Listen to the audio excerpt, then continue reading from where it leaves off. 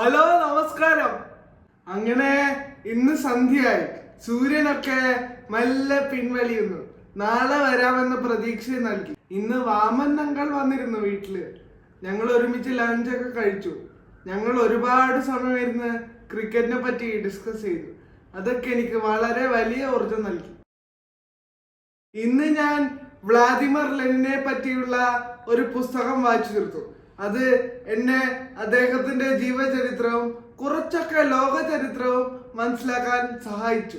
പിന്നെ എന്റെ കയ്യിലിരിക്കുന്ന ഈ സ്പോർട്സ് സ്റ്റാർ, ഇതില് ഞാൻ രാഹുൽ ദ്രാവിഡിന്റെ ഒക്കെ ഇന്റർവ്യൂ വായിച്ചു തീർത്തു.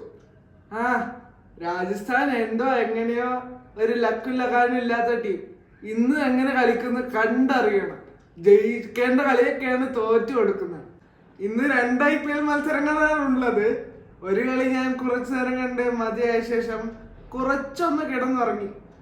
ഇന്ന് രാത്രി നമ്മുടെ സ്വന്തം സഞ്ജു സാംസൺ കളിക്കുന്നുണ്ട്. ഇന്നെങ്കിലും രാജസ്ഥാൻ ജയിക്കുമെന്നാണ് എന്റെ പ്രതീക്ഷ.